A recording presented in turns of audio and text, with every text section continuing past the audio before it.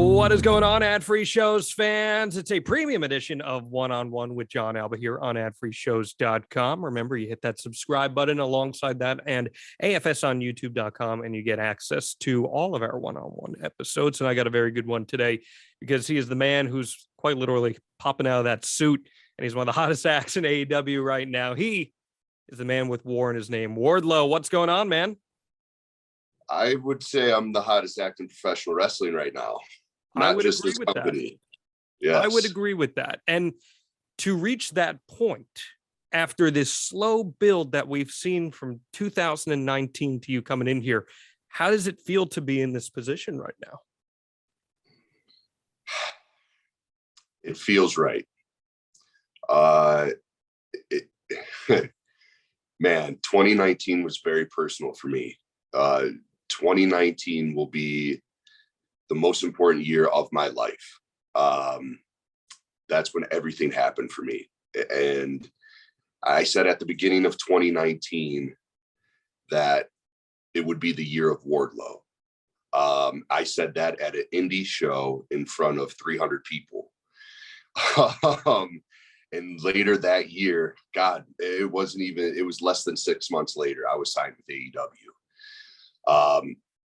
And now 3 years later, after spending 3 years with Max, in the background, in the shadows, silent, to be where I am today is, I know this sounds probably cliche or really dumb, but it's my destiny. And it truly is. And I wholeheartedly believe that. There's an old motif in wrestling. It's all about the chase. The build to get to the moment, that's the magic right there. And then when you hit the moment, the moment's only accentuated furthermore by that. And I think your story with Max has been one that we've seen unfold for, like you said, 2.5, 3 years here. How important has that been for you to lay the groundwork for everything we've seen so far leading up to what we could potentially be seeing in just a few days here?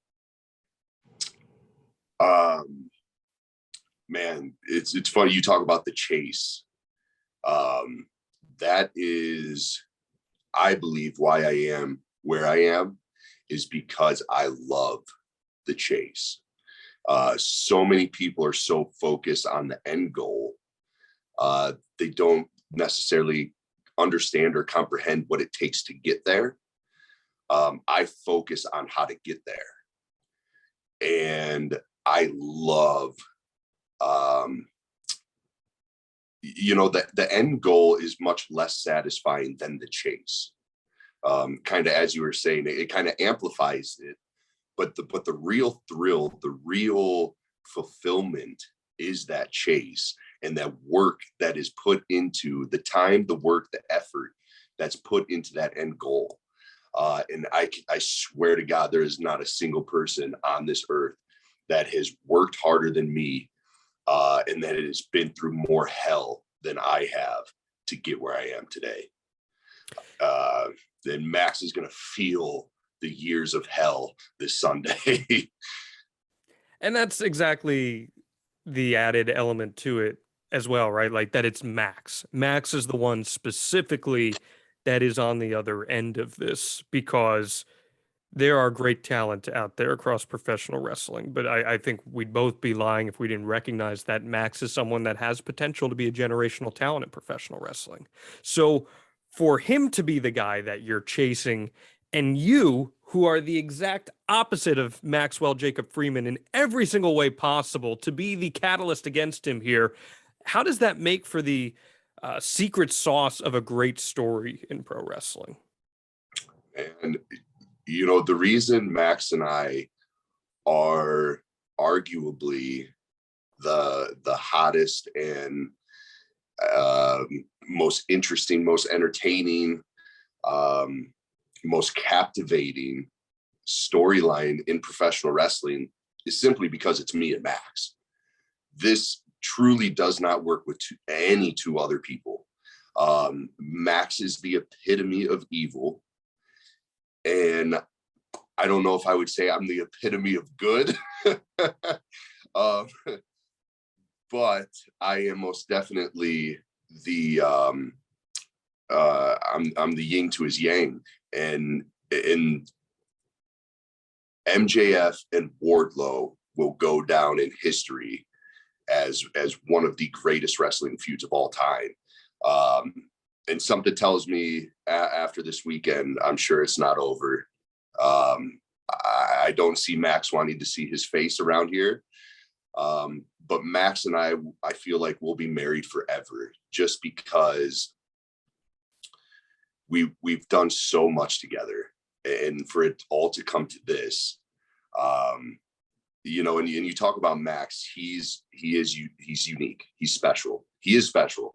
I will say, as shitty of a human being he is, when it comes to this business, he is special. He is once in a lifetime. You haven't seen someone like him in years, but you haven't seen someone like me in decades. What have you learned from your time working with him? Oh man, I've learned so many positives and negatives. I will say, as far as being a human being, he has taught me what not to be. Just his daily interactions with people is so wildly disrespectful. But as far as business goes, I think we can all agree when it comes to business, he's a very intelligent individual. And he's very, very smart, and he's very tactical with his decision making and the business he does with people. And it only benefits him. So I respect the fact that he's such a good businessman. I do not respect him as a human being. And knocking some respect into him this Sunday is my goal.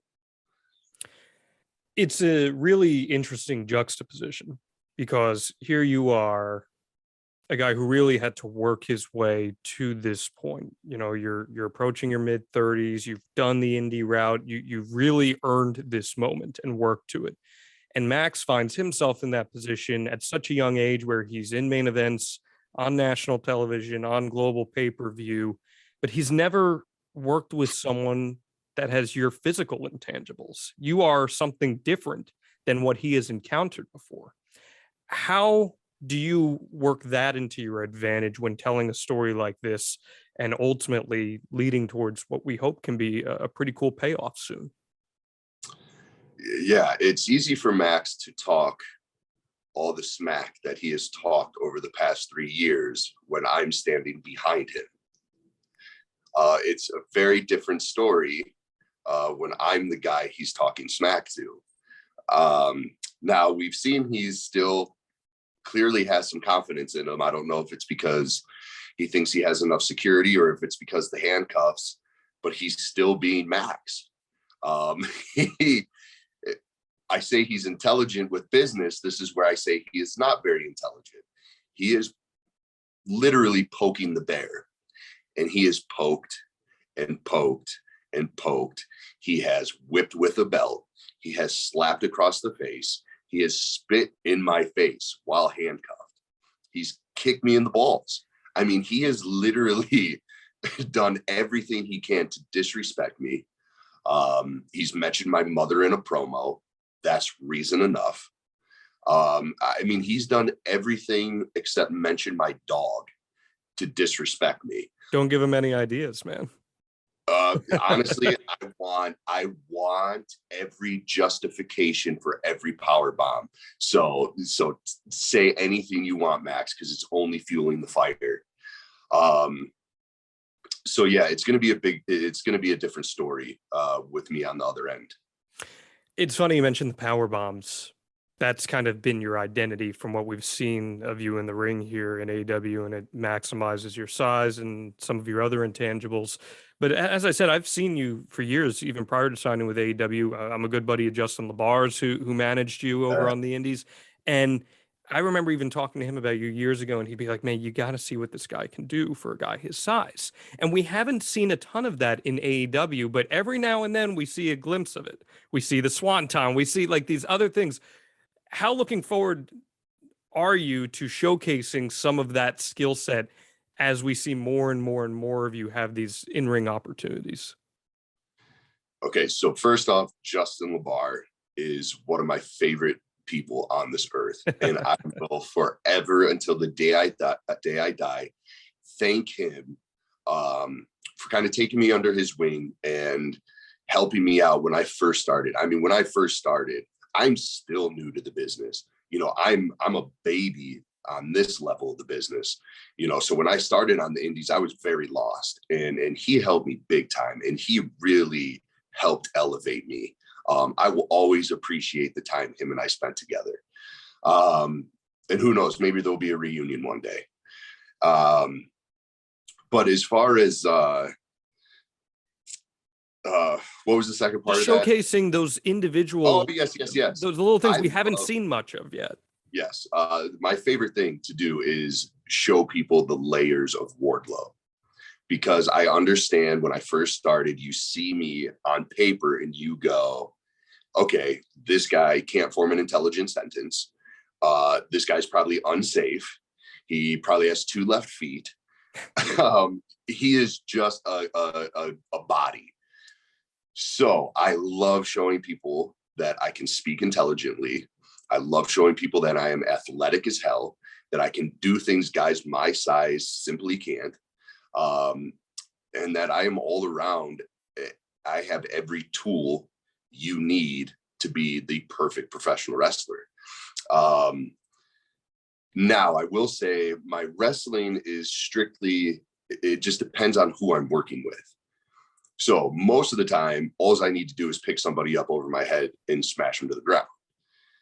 What we saw a few weeks in a row was for the first time really facing men my size and or larger. Murder Hawk is a literal monster, and then Morrissey, who's even bigger than him. So I had to bust out a couple of things that I don't normally do. And when those situations happen, I'm very much looking forward to showing people more of what I can do. And that kind of runs parallel too to what we talked about, the chase. Like you start seeing more and more and more happen over time, and those layers, as you mentioned, are unfolded just a little bit. What'd you make of your match with Morrissey? It was a cool opportunity for him. It's great to see him in a good place, and it seemed like you had some fun out there with him. Yeah, honestly, I experienced the same thing with Archer. It's I feel like big guys used to have heat. I'm told there was a real thing as big man heat. I feel like it's kind of different nowadays, at least for me personally. I don't know if that's a confidence thing, but I feel like the big men, there's a few of us, and we're the last of a dying breed. Pro wrestling is very different. The human of a pro wrestler looks very different, and their performance is very different. It's a lot of flips and high fly stuff, and guys are a little smaller. So I feel like with Archer and Morrissey, we had this mutual respect, even though they were trying to kill me and I was trying to kill them. We beat the shit out of each other, and we shook hands afterwards, and we had mutual respect. And I can honestly say it was a pleasure working with Archer and Morrissey, both great human beings and just fellow big men that do big man stuff, and we just respect that with each other. And they're the type of people you can go out there, have a war with, and shake hands afterwards. But you just said big men stuff.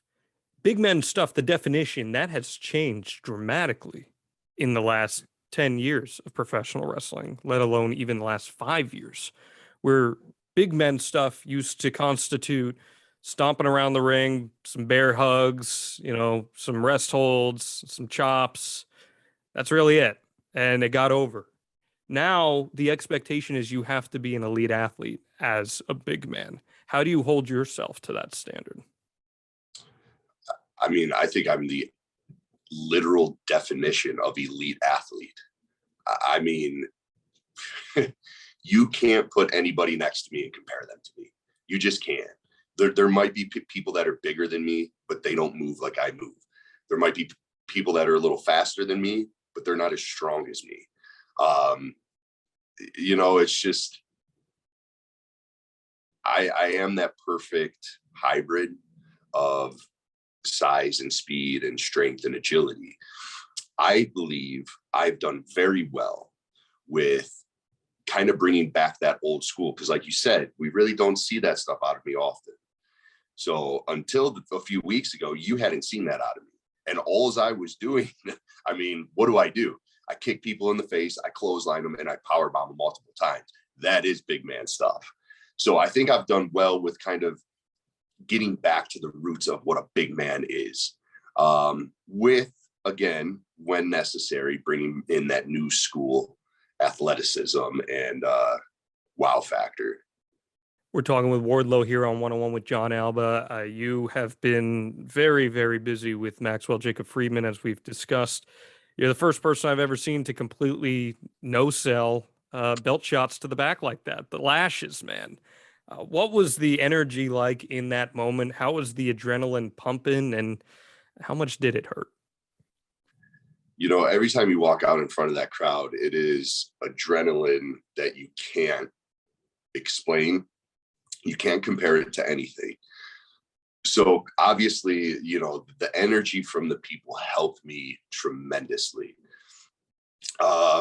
With that said, yes, it stung a little bit, but I'll be damned if I was going to give Max the satisfaction of knowing he was hurting me. And let's be honest, man, he got to put a little more into that. He's got a weak arm, man. It stung, but it wasn't as bad as I thought it was going to be. But it's just great pro wrestling storytelling too, like the callback to the lashes with Cody's segment and you being on the other end of that now to seeing it firsthand. I imagine that all these years later, that has to give you some perspective on how far that you've come as well in the process now that you find yourself on the other end of that. Am I wrong in that assessment? Wow, you know what? I honestly haven't even thought of that until you just said it. That is a humbling moment. Yeah, wow.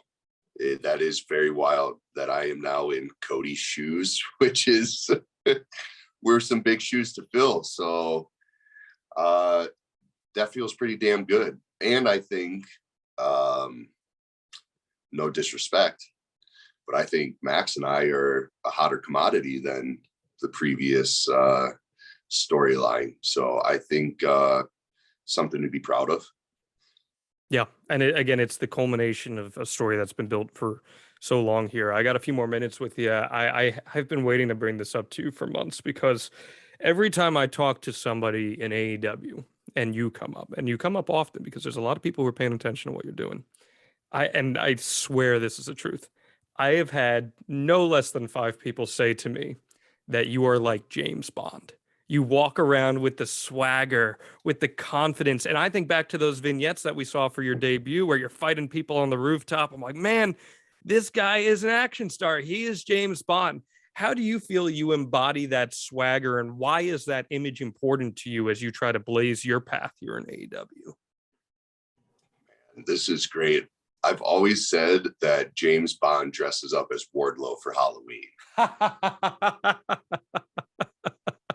So for you to say that's that, great. oh, making me blush over here. I feel like I kind of am a real life James Bond.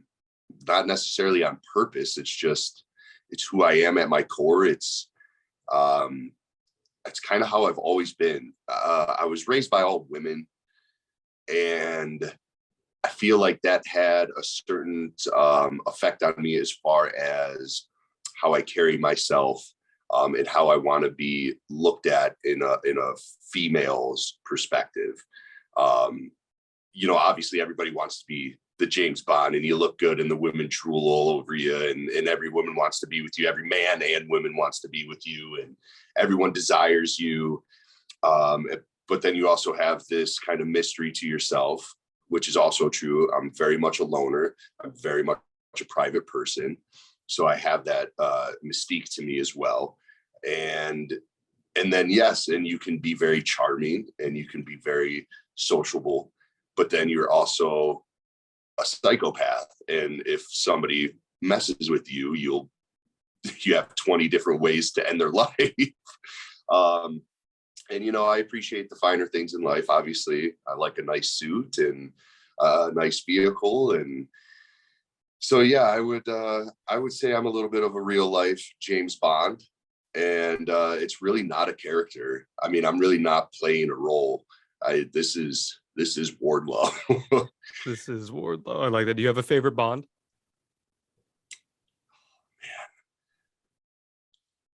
Honestly, I've always loved, which is very fitting for this weekend, Casino Royale.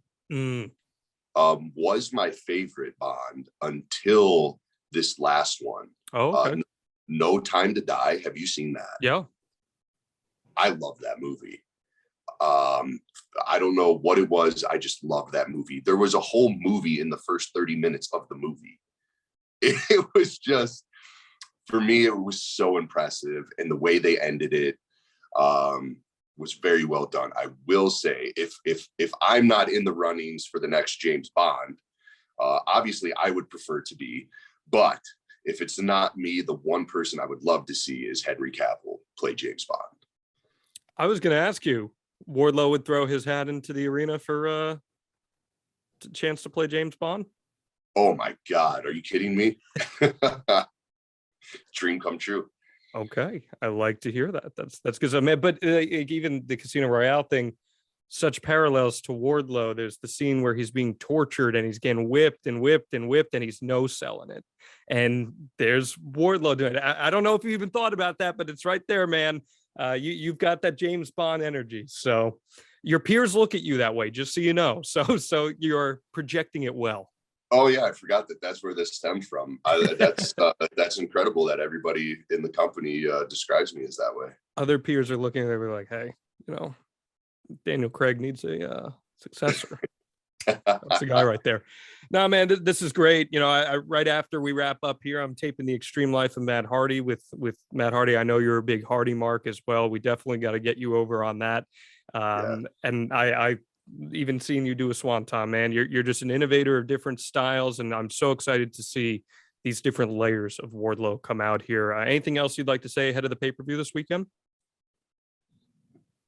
I'll just say it is it's wild. CM Punk is wrestling for the AEW Heavyweight Championship, so that alone is mind-blowing. Myself, Wardlow versus MJF is reason enough to buy the pay-per-view. I mean, this is 3 years in the making, coming to a head in one night, biggest show of the year, Las Vegas. I mean, it doesn't get bigger than this. But aside from Max and I, you got Punk, and then the rest of the card is absolutely bananas. If you look at the card, it is nuts. The talent you are going to see, it is amazing. So you have to tune in this Sunday. You have to buy the pay-per-view, and you have to tune in tonight. This steel cage match is going to be insane. Has Punk taken a liking to you? As far as I know, yes. We seem to get along well. And I can honestly say Punk has been somebody that has helped me tremendously. How so? Punk has a beautiful mind for this business, and he has given me ideas or altered ideas that have helped get me to where I am, and he's going to continue to help me blast off into the moon. So yeah, he has an incredible mind, and I'm always learning from him. Well, that is a match I think a lot of people would like to see down the line, maybe even with the AEW World Championship on the line. Who is to say? Like the sounds of that. He is Wardlow. He's maybe the next James Bond, and he's been my guest here today on 101 with John Alba. Hey, man, thank you so much for your time. We all appreciate it here on adfreeshows.com, and good luck this weekend, man. We're all looking forward to it. Thank you. I greatly appreciate it. With that said, guys, make sure you subscribe, adfreeshows.com, AFS on youtube.com. We'll see you next time right here on 101 with John Alba.